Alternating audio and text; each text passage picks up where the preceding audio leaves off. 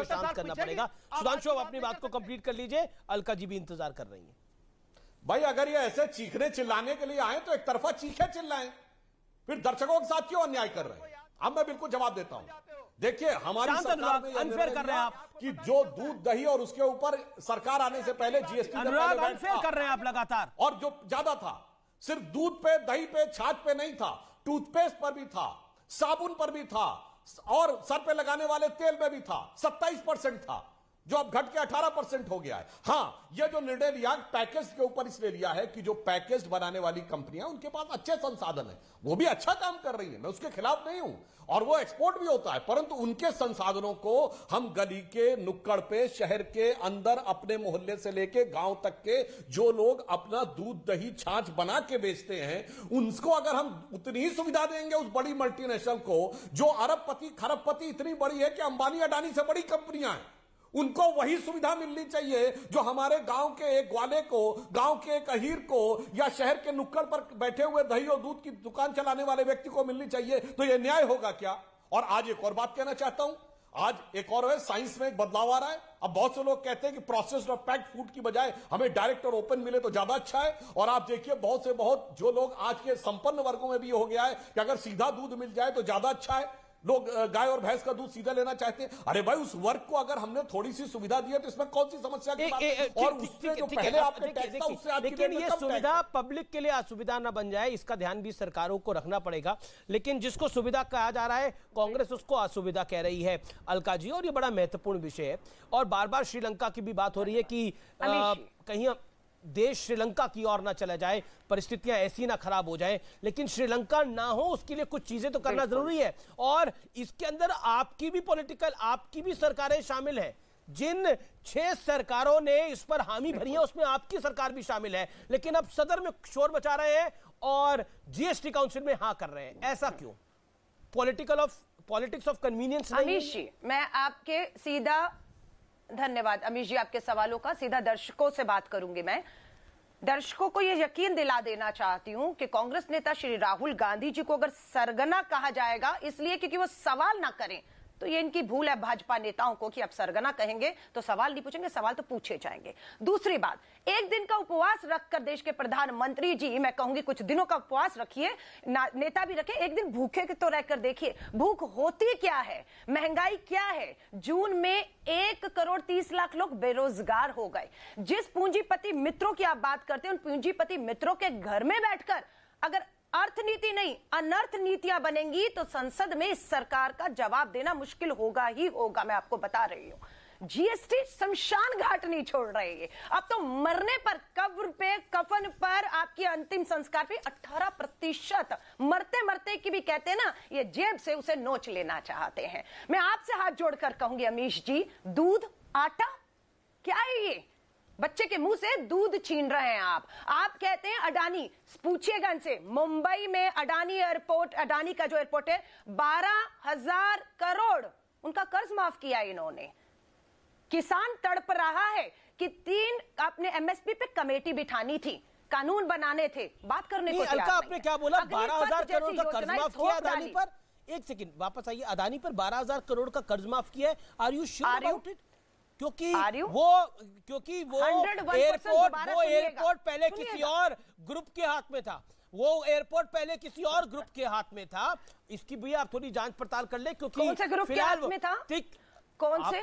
आप ही बताइए किसके हाथ में था वो? कौन से ग्रुप के हाथ में था? जीवी के हाथ में? अमीश मैं बता रही हूँ ना, जीवी के हाथ में था। नाम बताइए ग्रुप का। ना जब मैं आपको एयरपोर्ट दे रही हूँ, करोड़ों के एयरपोर्ट कोड़ियों के दाम दे रही हूँ। अभी एयरपोर्ट पर चर्चा नहीं कर रहा, इसलिए 11 क्योंकि मेरे पास उसमें बहुत सी जानकारी है। Because I expose the story once upon a time when I was heading a business channel. I am not getting into that.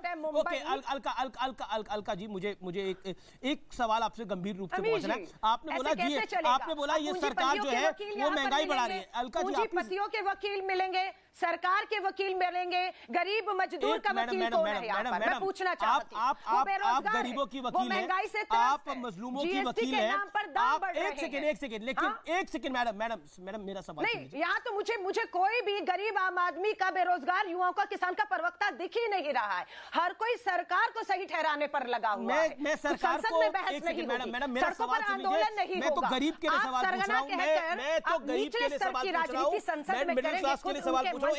एक सेकंड अगर सरकार की ये रणनीति नीति इतनी खराब थी, एक सेकंड मैडम भाजपा के दोनों प्रवक्ताओं की बात कर रही हूं। मैडम मेरा सवाल तो सुन लीजिए। Alka ji give me a chance, I want to ask you a question and I because आप इतनी प्रतिष्ठित मेहमान है हमारी, और मेरा बिल्कुल मन है आपसे गरीब आदमी के लिए, मिडिल क्लास के लिए सवाल पूछने का। बोलिए। सरकार की नीति में द्वेष था, सरकार की नीति में गड़बड़ थी, सरकार दूध दही छाछ पर जीएसटी लगा रही थी, लेकिन मैं जानना चाहता हूं जीओएम में बंगाल भी था, राजस्थान भी था, केरल भी था, पंजाब भी था, छत्तीसगढ़ भी था, राजस्थान भी था, उन्होंने सहमति क्यों जताई थी? तो आपकी सरकारें थी, उन्होंने जो पूंजीपतियों की वकालत कर रही थी सरकार, उस जीओएम में उन्होंने वकालत क्यों करी? उन्होंने क्यों सपोर्ट करा? खुले बिकने वाले गेहूं और चावल पर और आटे पर तो जीएसटी नहीं है, लेकिन पैक्ड फूड्स पर है, सपोर्ट क्यों करा? वहां आपको पैसा भी चाहिए, लेकिन यहां विरोध भी करना है। बहुत अच्छा सवाल है अमीश जी, बहुत अच्छा सवाल है। दर्शक भी इसका जवाब जानना चाहेंगे। अब मैं कांग्रेस की प्रवक्ता होने के नाते दर्शकों को एक ही सवाल कहूंगी। भाजपा के प्रवक्ता बैठे हुए हैं, कल ही प्रधानमंत्री नहीं तो वित्त मंत्री सदन में खड़े होकर ये कह दे, हम जीएसटी पर 5 से 18% नहीं बढ़ाना चाहते थे। ये मात्र 3 उन सरकारों ने जो विपक्षी, उन्होंने कहा इसलिए हमें ये करना पड़ा। लेकिन ये कहे प्रधानमंत्री जी, निर्मला सीतारमण जी, झुकिएगा मत, विपक्ष की मत सुनिएगा, आम गरीब आदमी को मुझे राहत देनी है, इसे 0 जीएसटी के अंडर लाइए और मुक्त कर दीजिए जीएसटी से। मैं देश का प्रधानमंत्री नरेंद्र मोदी संसद में ऐलान करता हूं। हिम्मत है, लेकिन इनको और एम्बैरेस करने के लिए आप अपने मुख्यमंत्रियों से ये ऐलान करवा दीजिए। उसके बाद एक सेकंड ओके, सुधांशु जवाब वो कह रही है कि हम ये करेंगे, अगर आप में दम है तो आप कर दीजिए। देश की वित्त मंत्री निर्मला सीतारमण जी को खुली चुनौती। कल और राहुल गांधी को सरगना क्यों कहा? हमें विपक्ष केंद्रीय मंत्री स्मृति ईरानी से कांग्रेस को हम नहीं बढ़ाएंगे जीएसटी। देखती हुई अपने कदम madam you made your point. Audio's down. Let Sudhanshu Trivedi reply. Doctor Sudhanshu Trivedi, Rahul Gandhi को सरगना क्यों कहा, इस पर कांग्रेस को आपत्ति है? हाँ, स्टेप बाय स्टेप। पहली बात, वो जो 6 राज्यों का ग्रुप ऑफ मिनिस्टर था, उसने माना नहीं अलका जी, उसने संस्तुत किया है, रिकमेंड किया है। और आप चुनौती की बात करें, हमने वो संस्तुति मानी है। मैं चुनौती आपको देता हूं कि ये आप एक वित्त मंत्री का पत्र दिखाइए कि उसने विरोध किया हो। गजब की बात है, वहां विरोध नहीं, वहां सुझाव देते हैं कि ये करना चाहिए, लिखित में संस्तुति करते हैं, और यहां पे आके बवाल करने लगते हैं। ये दोहरा चरित्र दिखाई पड़ता है। बहुत साफ, अरे दिखाइए ना, राजस्थान ने विरोध किया था क्या? महंगाई से राहत दे पाए। केरल ने विरोध किया था क्या? पंजाब ने विरोध किया था क्या? अब दूसरा बात बताता हूं, स्टेप बाय स्टेप। भाई क्या तरीका है भाई? मैं तो कह रही हूँ, minutes of the meeting public करिए ना। पब्लिक हो गए काफी। अरे भाई आप विरोध कर रहे हैं, हम विरोध नहीं कर रहे हैं। जो विरोध कर रहा है वो प्रमाण दे कि मैंने विरोध किया था। हमने विरोध नहीं किया। जो विरोध कर रहा है वो प्रमाण दे कि मैंने विरोध किया था। आपने विरोध नहीं, समर्थन किया था। लेकिन पॉइंट है कि अगर आपने विरोध किया था तो किसी वित्त मंत्री का तो पता होगा, जिसने बोला होगा ऐसा मत करिए। और जब मैं बोलूं तो दूसरों। अलका जी देखो, आप बोली, आप लगातार 1.5 मिनट बोली, सुधांशु नहीं बोली। Sudhanshu make your point. और राहुल गांधी को सरगना क्यों कहा स्मृति जी ने? उसका विरोध है, कांग्रेस को उस पर आपत्ति है, घनघोर आपत्ति है। अब मैं जवाब देता हूं स्टेप बाय स्टेप। ये बात हो गई। दूसरा, जीवीके की इन्होंने बात कही। जीवीके के बाद मुंबई एयरपोर्ट था। इस ढंग से बैठ के झूठ नहीं बोलना चाहिए। जीवीके कंपनी ने भारत में अपनी सारे बिजनेस समाप्त कर दिए। तो सिर्फ यही नहीं, एयरपोर्ट ही नहीं, उन्होंने सारा घाटे के कारण सब छोड़ दिया।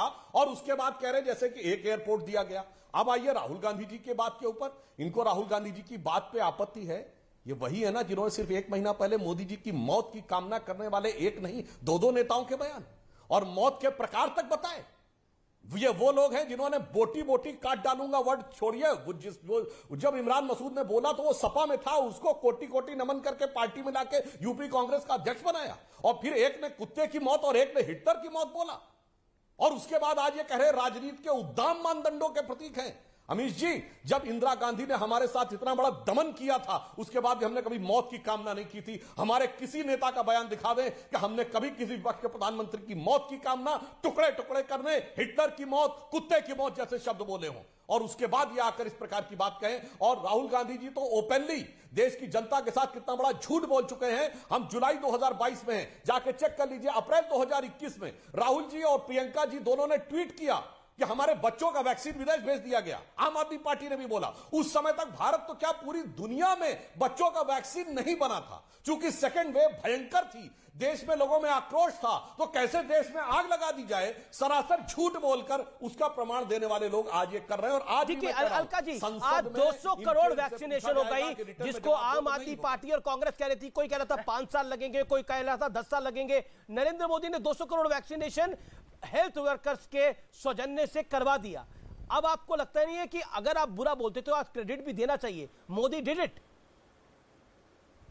जिस पर आपको शंका थी। ऐसा करिए, जो भूखमरी से मर रहे हैं ना, जो भूखमरी से भूख से मर रहे हैं ना, एक इंजेक्शन और ढूंढ लीजिए ताकि उन्हें रोटी, आटा, दाल, चीनी की जरूरत ही ना पड़े। एक इंजेक्शन लगा दे मोदी सरकार और वो इनसे आटा, और ऐसा एक इंजेक्शन बेरोजगारी का भी खोज लीजिए कि रोजगारी ना मांगे आपसे, है ना। ये क्या बेहुदा सा है। इंजेक्शन तो देश में, दुनिया में पोलियो ड्रॉप तो पिलाए ही नहीं गए थे, है ना। ये कहां के तर्क आप दे रहे हैं? नोचा गया है जेब में। कितना आपने सही बताया, जब 20-30 डॉलर प्रति बैरल देश में, विश्व में पेट्रोल, कच्चे तेल की कीमतें थी, आपने नोचा है लोगों को। आज भी अजय आलोक कुछ कहना चाहते हैं। अजय आलोक के दाम है, महंगाई देख लीजिए। मोदी बहुत खराब है, जेबों को नोच रहे हैं।